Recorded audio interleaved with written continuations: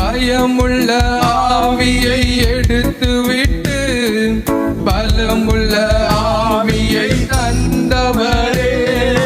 பயமுள்ள ஆவியை எடுத்துவிட்டு பலமுள்ள ஆவியை தந்தவரே.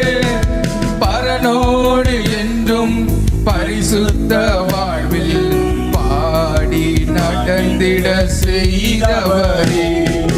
பரனோடு என்றும் பரிசுத்த வாழ்வில் பாடி நடந்திட செய்தவரே.